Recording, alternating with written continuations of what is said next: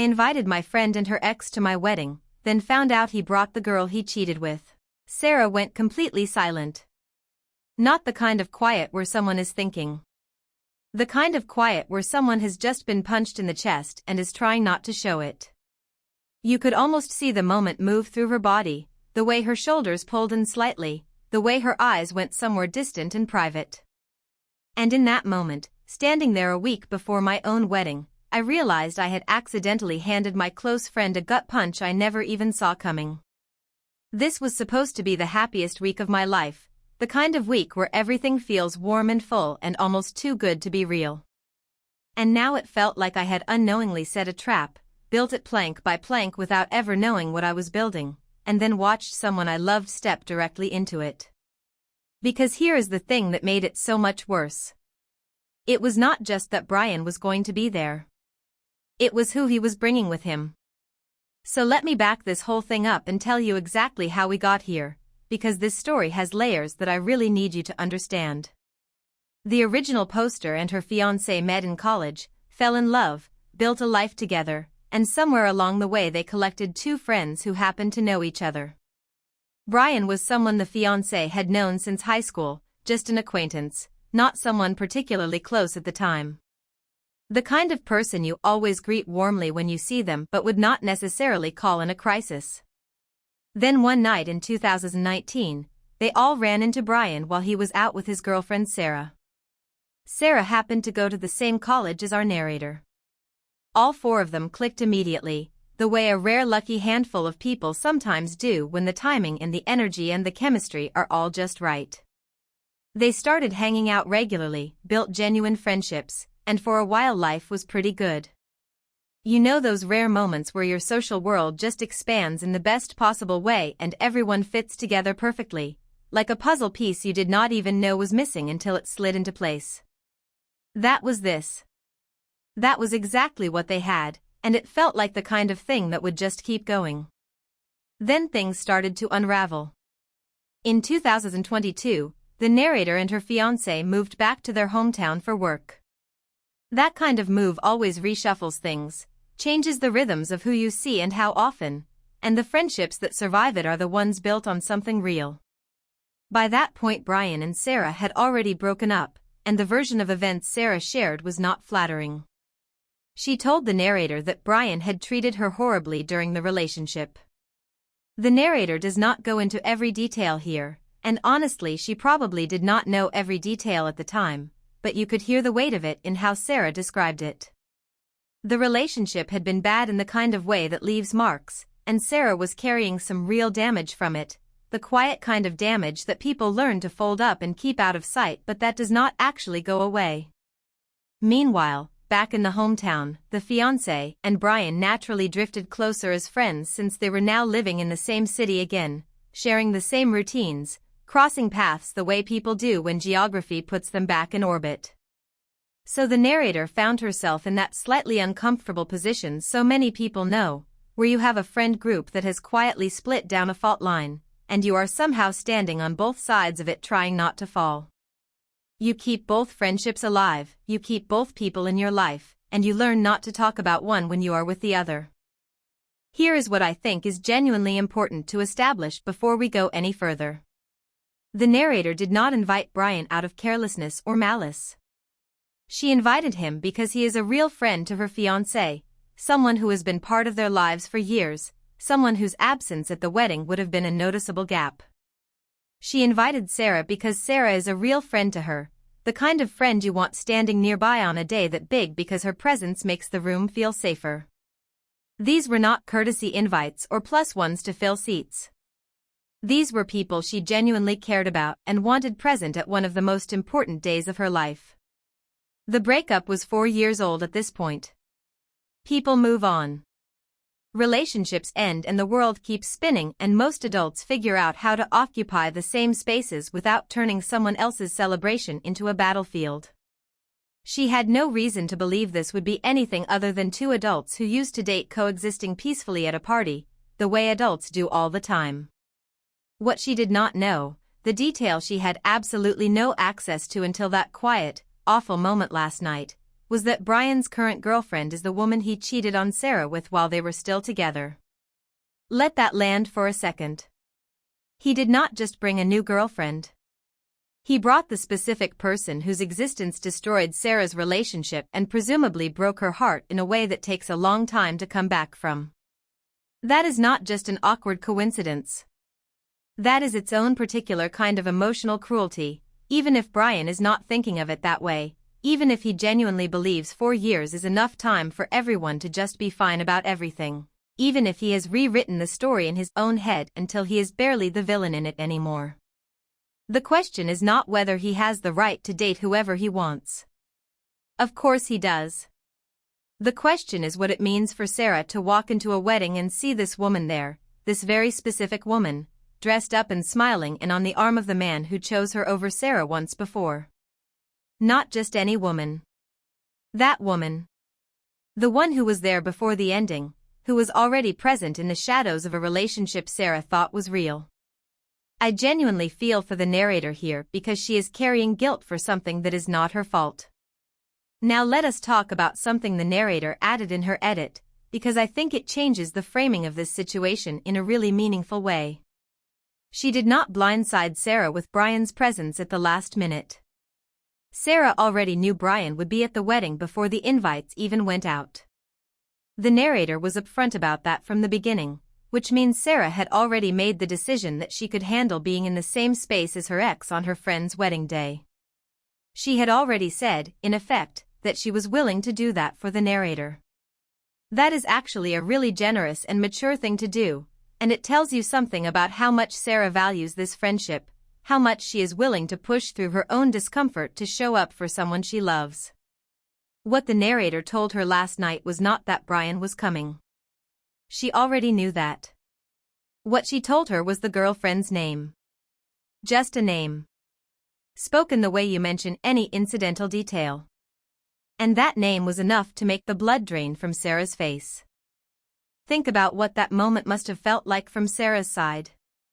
She had mentally prepared for an uncomfortable day. She had steeled herself to smile and be gracious and get through it because her friend was getting married and that was what mattered, and some things are bigger than your own pain. She had probably rehearsed it in her head 100 times across the days and nights leading up to this week. I will be fine. It is just one day. I can do this. I have done harder things. And then, the night before the week of the wedding, she learns that the woman who helped end her relationship will be standing there too, probably dressed beautifully, probably looking happy and comfortable and completely at ease, probably looking like she belongs there in a way that must sting in the most specific and personal way imaginable. Like she has been allowed into a life that came at Sarah's expense. All of that mental preparation, all of those quiet reassurances Sarah had given herself, would have crumbled in about 4 seconds. What I keep coming back to is the impossible position this puts the narrator in. She cannot uninvite Brian a week before her wedding. That would cause a completely different kind of drama, damage her fiancé's friendship with someone he genuinely cares about, and frankly punish someone for a relationship that ended 4 years ago.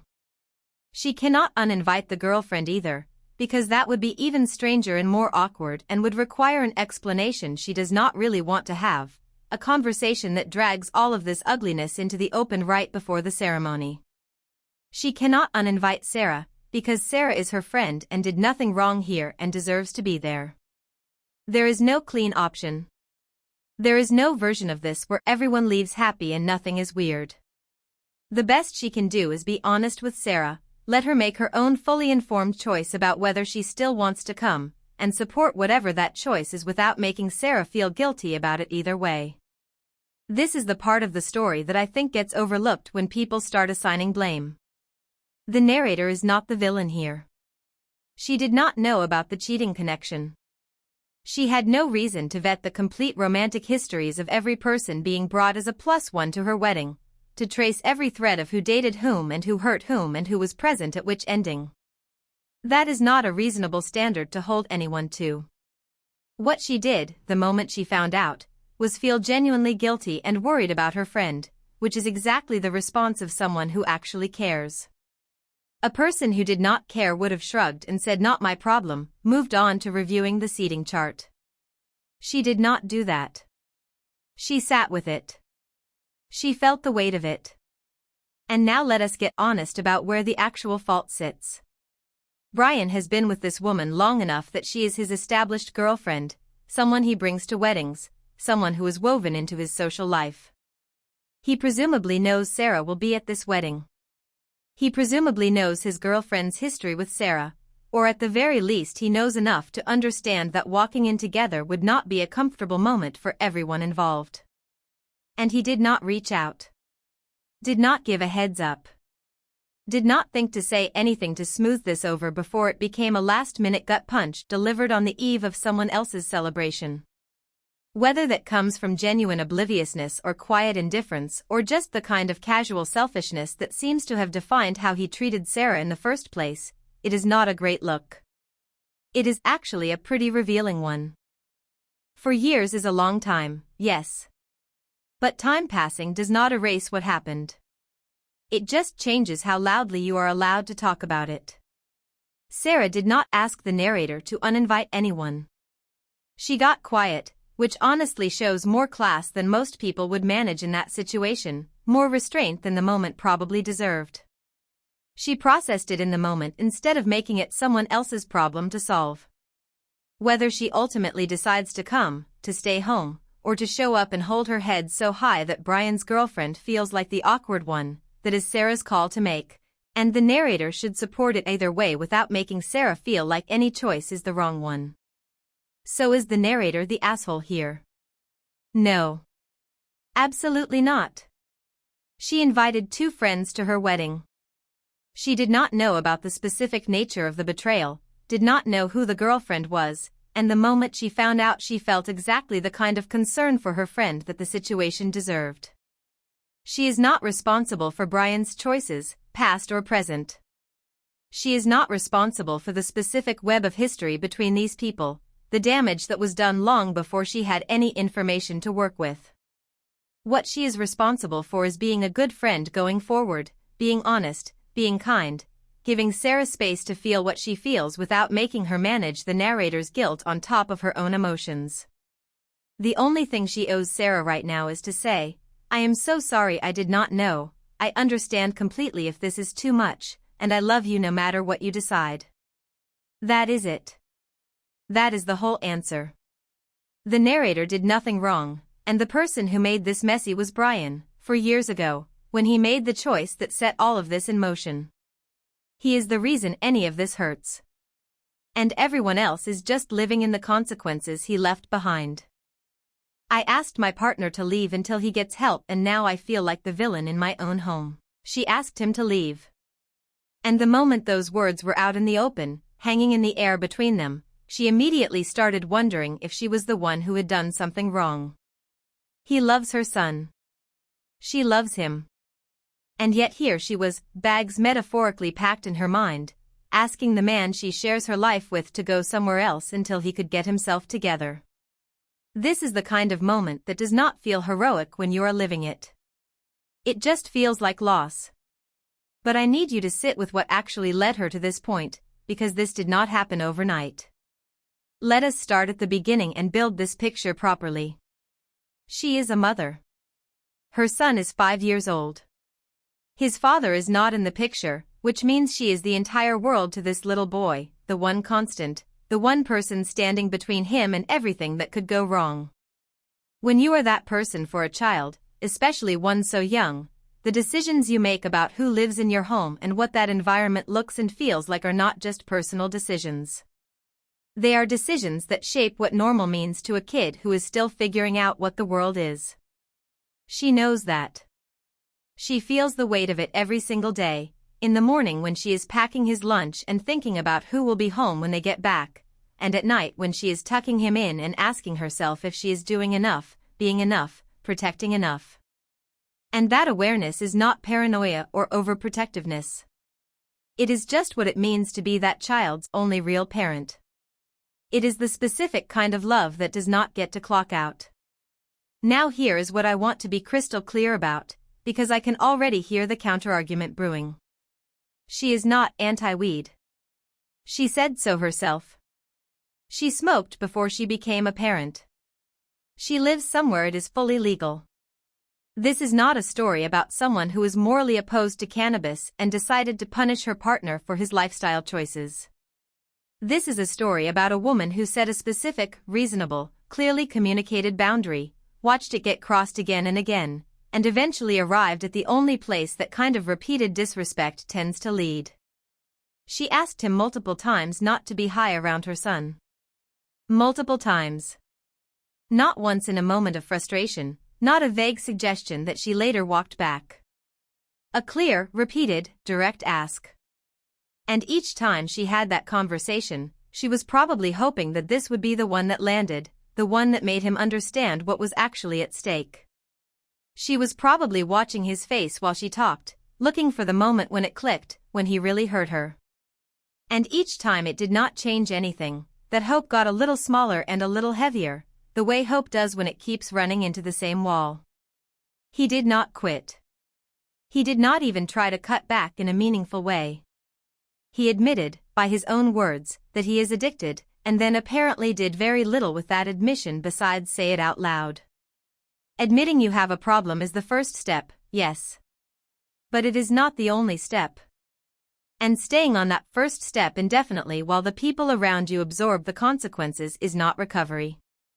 It is just confession without change. That is the thing that gets me about this. Let me talk about the money piece, because I think it tells you more about the severity of this situation than anything else. He will spend his last $20 to $30 on weed instead of buying food. Food. Not a luxury item, not a treat, not something optional. Food, for a household that includes a 5-year-old child. Picture that moment.